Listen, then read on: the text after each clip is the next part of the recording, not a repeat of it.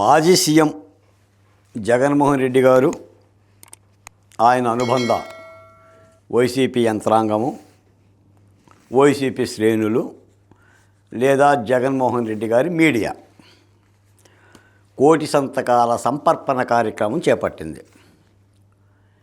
ఈ సంతర్పణ దేనికోసం అంటే, గత 5 ఏళ్ళు జగన్మోహన్ రెడ్డి గారు చేసిన పాప ప్రక్షాళన కోసం కాదంట, ప్రజావేదికని కూల్చివేసినందుకు కూడా కాదంట, లేదా ఆనాటి ప్రభుత్వం, ఆనాటి ముఖ్యమంత్రి చంద్రబాబు నాయుడు గారు ఈ రాష్ట్రానికి రాజధాని కావాలని దానికోసం నిర్మించిన భవన సముదాయాలను శిథిలం చేసినందుకు కూడా కాదంట. అంటే నిర్మాణం అంటేనే జగన్మోహన్ రెడ్డి గారికి ఒక భయం. నిర్మాణాల పొడగెట్టదు. ఆఖరికి అమరావతిలో రహదారులను తవ్వుకుపోయినా కూడా చూస్తూ మిన్నకున్నారు తప్ప చర్యలు తీసుకున్న దాఖలాలు లేవు. రాజధానిలో అంబేద్కర్ స్మృతివన కోసం పెట్టిన విగ్రహాలను చోరీ చేసిన వాళ్ళని కూడా పట్టుకోవడం చేతకాలేదు. ఇప్పుడు కళాశాలల నిర్మాణాల కోసం ఒక పెద్ద కసరత్తు చేస్తున్నట్టుగా, మహా ఉద్యమం చేస్తున్నట్టుగా కోటి సంతకాల సేకరణ కార్యక్రమం చేపట్టారు. ఈ రోజున ఆంధ్రప్రదేశ్కి కేంద్ర ప్రభుత్వం మంజూరు చేసిన 17 కళాశాలల నిర్మాణాన్ని రాష్ట్ర ప్రభుత్వం, ముఖ్యంగా ముఖ్యమంత్రి చంద్రబాబు నాయుడు గారు ఒక విధాన నిర్ణయంలో భాగంగా పీపీపీ అనే పద్ధతిలో, అంటే ప్రభుత్వము ప్రైవేటు భాగస్వామ్యంతో, పార్ట్నర్షిప్తో ముందుకెళ్లాలని ఒక నిర్ణయం తీసుకుంది. ఇది ఎక్కడ దేశంలో లేని వింతేం కాదు, విడ్డూరం కూడా కాదు. అన్ని రాష్ట్రాలు ప్రైవేటు భాగస్వామ్యంతోనే ఆయా అభివృద్ధి కార్యక్రమాలు చేస్తూ ఉంటుంటాయి. ఈ రోజున రాష్ట్రంలో కానీ, ఏ రాష్ట్రంలో కానీ జాతీయ రహదారుల నిర్మాణం ఎలా జరుగుతుంది? ప్రభుత్వం మాత్రమే నిధులు పెట్టి రహదారుల నిర్మాణం చేస్తుందా? ప్రైవేటు సంస్థలను కూడా భాగస్వామ్యం చేస్తుందా? విమానాశ్రయాల నిర్మాణం ఎలా జరుగుతుంది? పోర్టుల నిర్మాణం ఎలా జరుగుతుంది? ఈ రోజున సరళీకృత ఆర్థిక విధానాలు వచ్చిన తర్వాత 1990 దశకం తర్వాత, అంటే పివి నరసింహారావు గారు ప్రధానమంత్రిగా ఉన్న దశకంలో ప్రైవేటు భాగస్వామ్యాన్ని ఆహ్వానించడం జరుగుతుంది. కాబట్టి అన్ని రాష్ట్రాలకి పెద్ద ఎత్తున పెట్టుబడులు వస్తున్నాయి. గూగుల్ డేటా సెంటర్ వస్తుంది, ఆర్టిఫిషియల్ ఇంటెలిజెన్స్ వస్తుంది, లేదా క్వాంటమ్ వాలీ వస్తుంది, బిట్స్ పిలాని వస్తుంది, విద్యా సంస్థలు వస్తున్నాయి, బ్యాంకింగ్ రంగంలో ఇవన్నీ వస్తున్నాయి. మరి ఇప్పుడు జగన్మోహన్ రెడ్డి గారు అనేది ఏంటంటే, నేను తెచ్చిన ప్రభుత్వ కళాశాలని కూటమి ప్రభుత్వం ప్రైవేటుకి విక్రయిస్తుంది అని. ఎక్కడ విక్రయిస్తుంది? అసలు ప్రైవేటుకి విక్రయించడం అంటే అర్థం ఏంటి? ప్రైవేటుకి దాఖలా చేయటం అంటే అర్థం ఏంటి?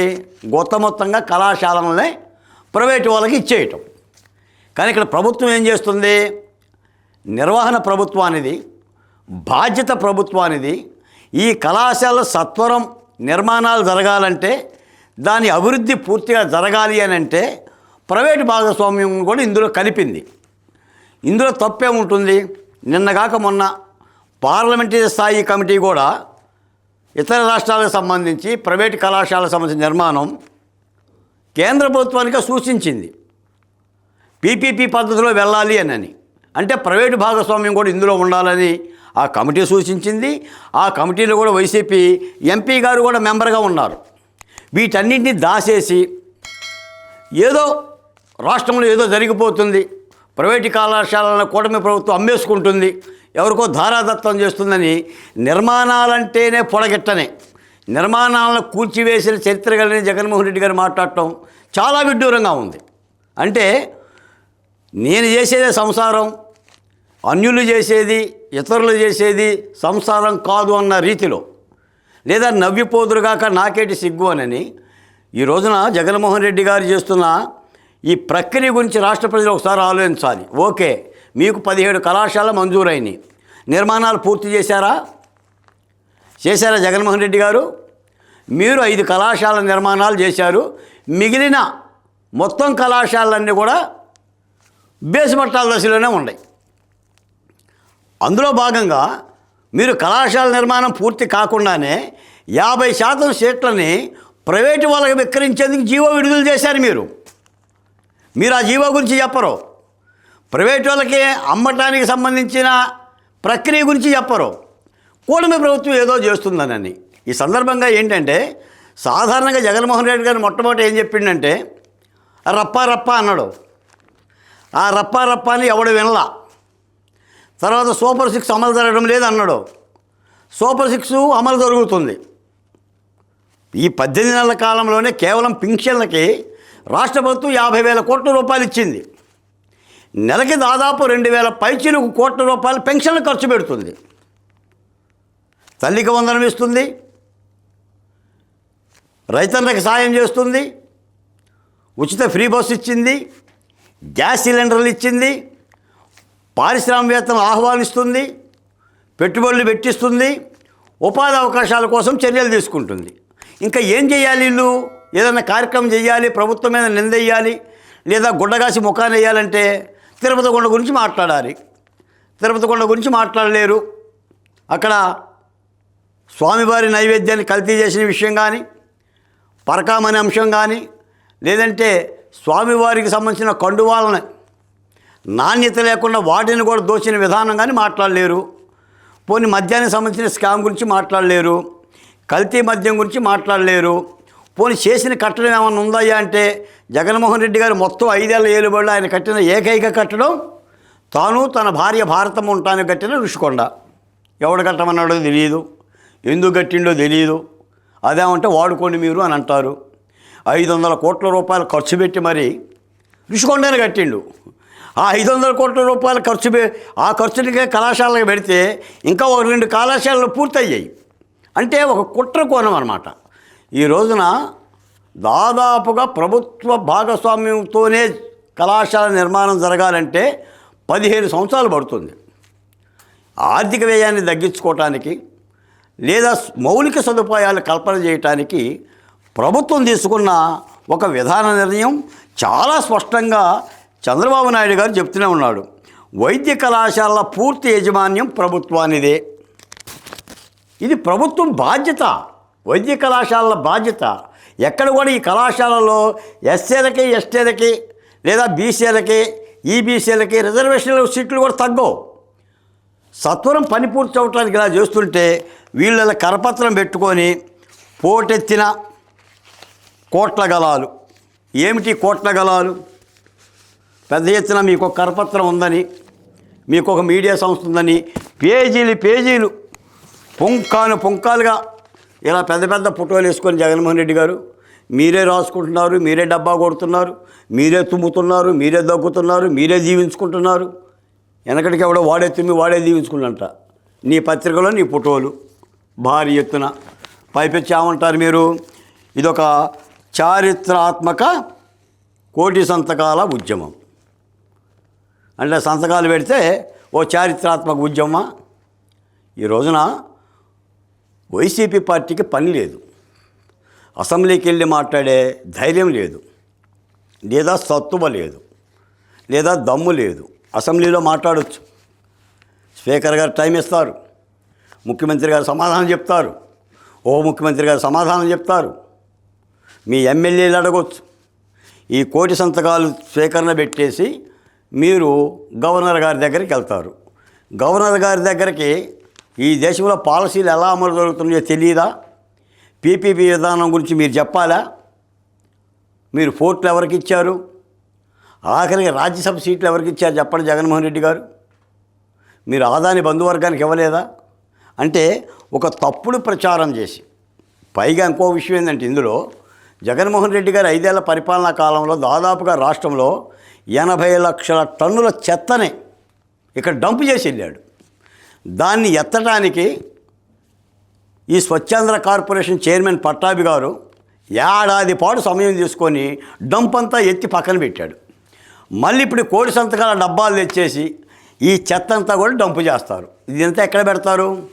తాడేపల్లి తీసుకెళ్ళి గవర్నర్ గారి దగ్గర తీసుకెళ్తే ఎక్కడ పెడతారు? ఈ చెత్త కాగితాలను ఎక్కడ మీరు దాస్తారు? అంటే ఒక విష ప్రచారంగా చేస్తున్న ఈ ప్రక్రియ ఖచ్చితంగా ఈ రాష్ట్ర ప్రభుత్వం మెడికల్ కళాశాలను కానీ, మెడికల్ కళాశాల సీట్లను కానీ, మెడికల్ కళాశాల భాగస్వామ్యం కానీ, సంబంధిత అనుబంధ వైద్యశాలను కానీ త్రికరణ శుద్ధిగా రాష్ట్ర ప్రజలకు సేవ చేయటానికే ఉంది. ఏనాడు కూడా చంద్రబాబు నాయుడు గారి చరిత్రలో మెడికల్ కళాశాలను ఉచితంగానో ఊరకో ధారాదత్తం చేసిన సంఘటనలు ఏమీ లేవు. తప్పనిసరిగా దీన్ని అర్థం చేసుకోవాలి. పైగా ఇది కేంద్ర ప్రభుత్వం ఇచ్చిన మెడికల్ కళాశాలలో ఆ రోజున కేంద్ర ప్రభుత్వం జిల్లాకో మెడికల్ కళాశాల నిర్మించుకోమని చెప్పేసి ఒక అవకాశం ఇస్తే 17 మెడికల్ కళాశాల నిర్మిస్తానని చెప్పేసి జగన్మోహన్ రెడ్డి గారు అన్నారు.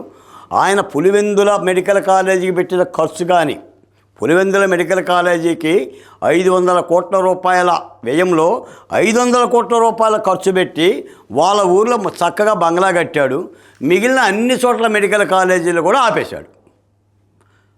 అవన్నీ కూడా పునాది దశలోనే నిర్మాణం చేశాడు, కంపసెట్టులాగా చేశాడు.